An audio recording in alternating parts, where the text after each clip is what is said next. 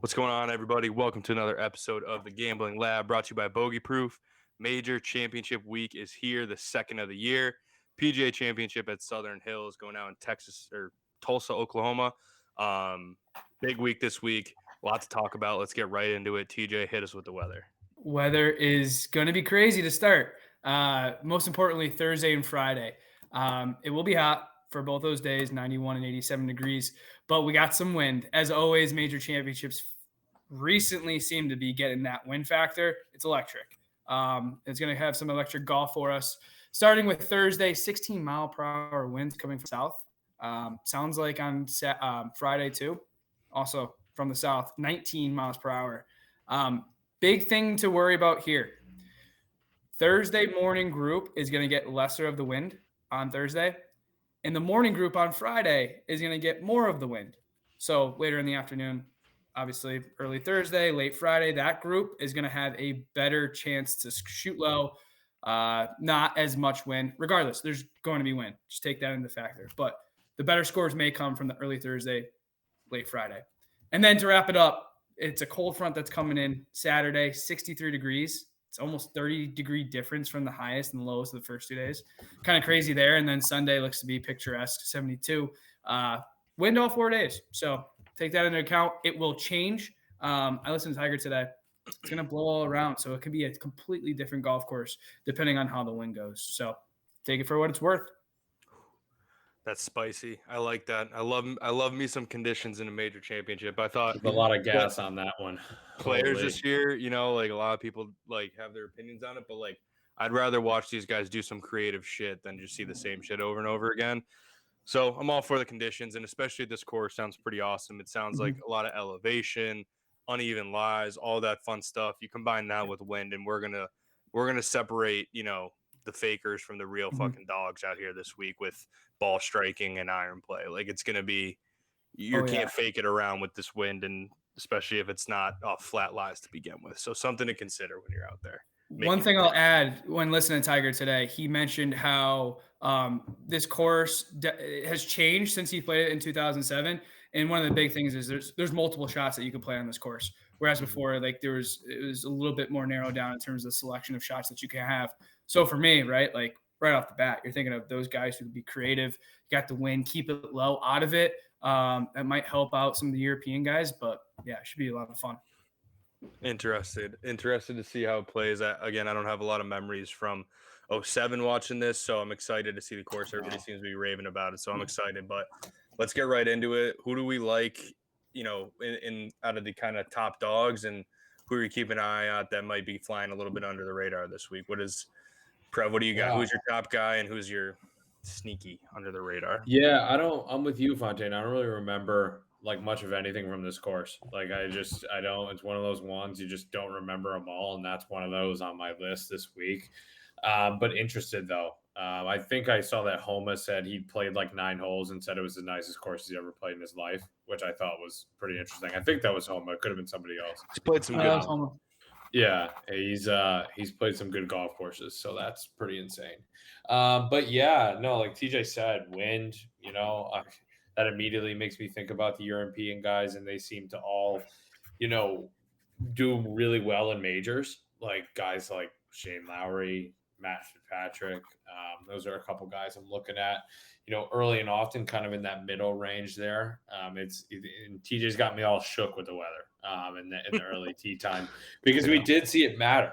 We saw it matter in the US Open or whatever, and guys just getting destroyed in that second day. And the players, I always mess it up. And the players, they all just got destroyed, and like everybody lost money because all the guys who were supposed to make the cut shot 80 on Friday, and that was it. So it is a real thing. So I'm putting some stock into it this week for sure. Yeah, I'm not going to get fooled twice. That's what I learned at the Players. No. I got to, before I start putting these plays in, I got to pay attention to stuff like that. So I'm definitely going to pay attention to that going into this week. And, a guy that sticks out to me at the top is Rory. Not only he has the right time slot that TJ was talking about with the early late, going early Thursday morning and hitting Friday afternoon, but he also, since the Masters, right, finally, had that Sunday 64, rocketed up solo second.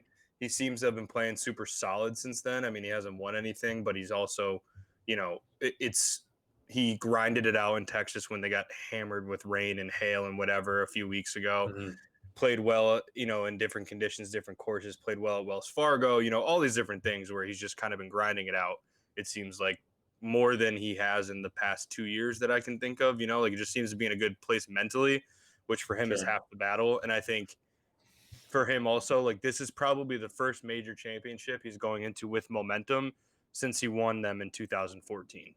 Yeah, like it seems like every time he goes to a major in the last 5 years, it's like you missed another opportunity at the last one. How do you feel this time? Where it's like at least this time they're like, hey, Augusta was awesome. How you feeling coming off that? I feel like he's got a chance. So I'm high. I'm bullish on Rory this week.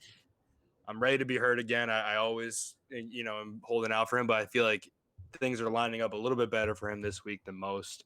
So that's my guy up top. And then a guy down at the bottom that I don't hate this week. Jason Day has been playing halfway decent this year. He's had a couple tournaments where he's gotten out early and kind of grabbed a first round leader and things of that nature where he showed a little bit of sign of life. Seems to be a little bit healthier. I just feel like the golf course that we've been mentioning here, like TJ said, allow guys to hit a lot of different shots. He works it both ways.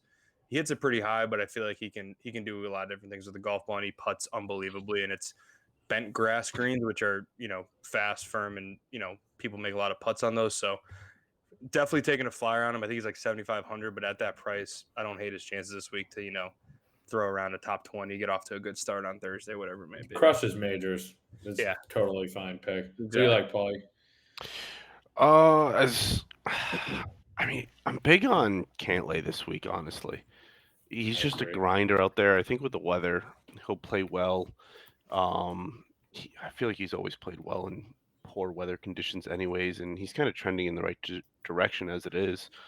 I mean, it was the RBC, but he finished in second there, and he's taking some time off since then. Yeah, won the Zurich with Xander too, and he won like 3 times last year. For him, it's like, are we gonna grow up and do something in a major? Yeah, and where it is that, like, I know you're waiting for that, Fontaine. I know, I fucking hate Yeah. You say it every week now.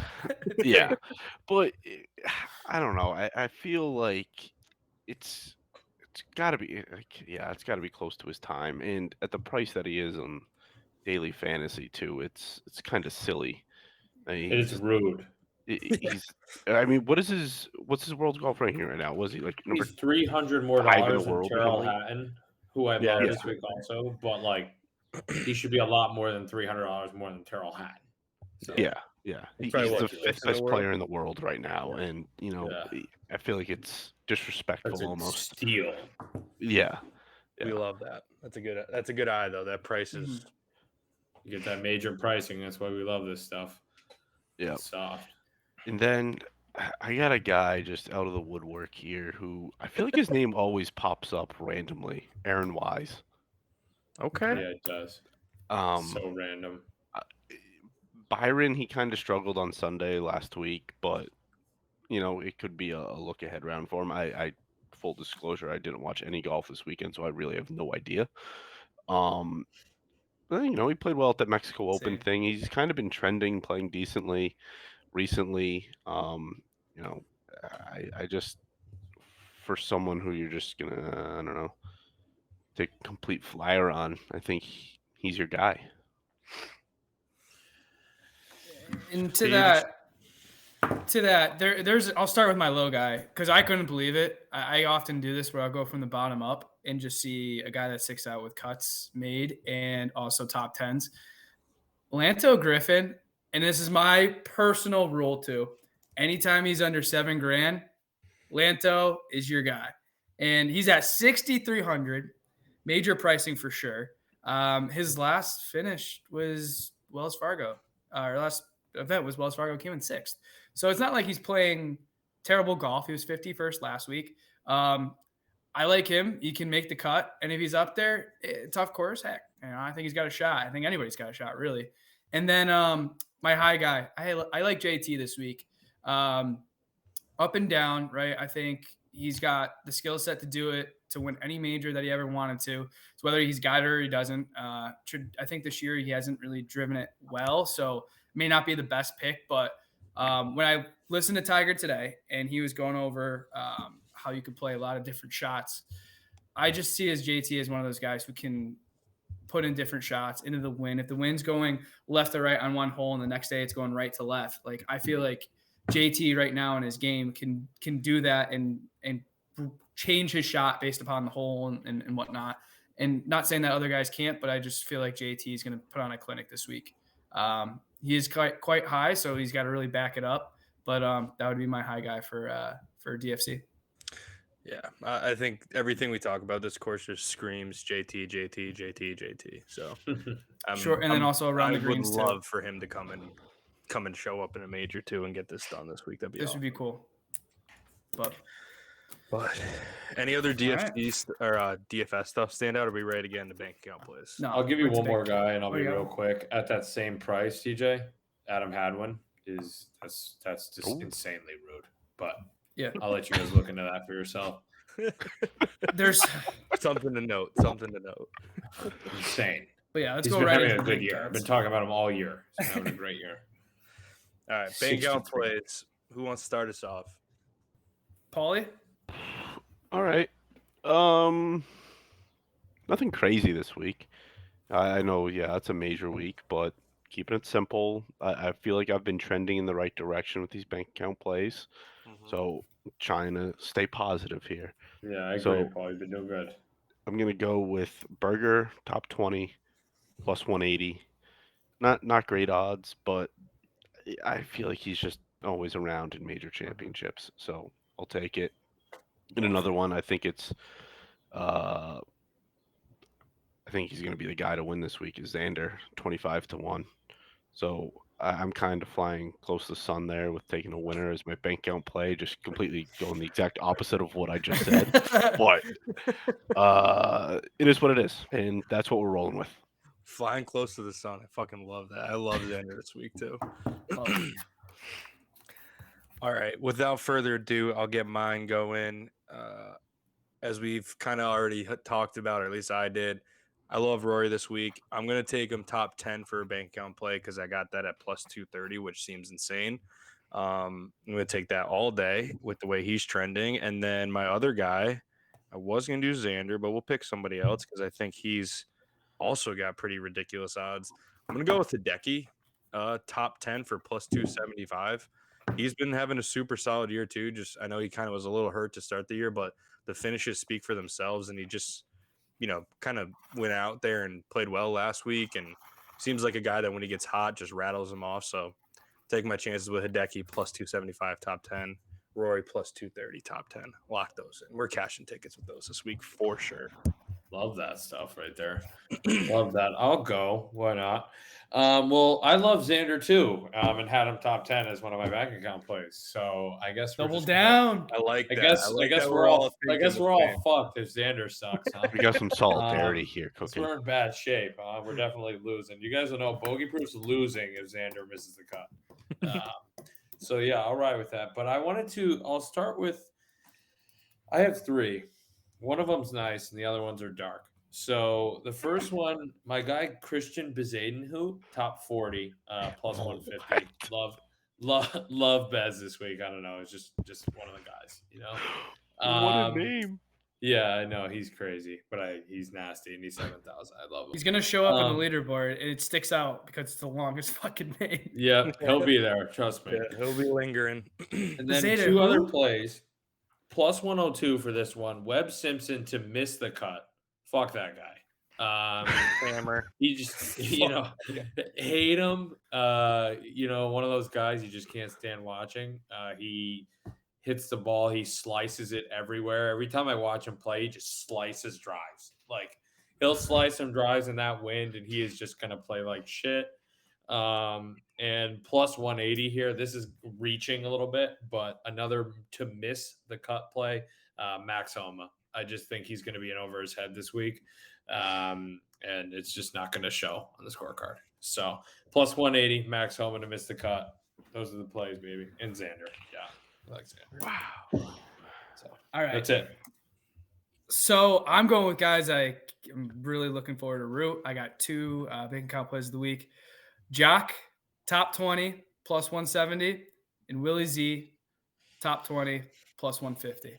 We love those. Book it. Those are good odds. I love Those are fun ones to play with. I saw them. Yeah. I mean, I like JT this week. Being in Rhode Island sucks. I have to go to Connecticut to make a bet. So if I really want to get frisky, I'll go make a bet and put JT down with those guys. But that's Good what it stuff. is.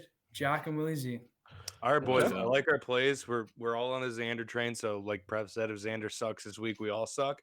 But if he wins, we can cash a lot of tickets this week. So excited to watch the PGA Championship at Southern Hills. Golf course looks awesome. And cheers, boys. Enjoy. Get those DFC lineups in. Get them in. Let's get it. Cheers.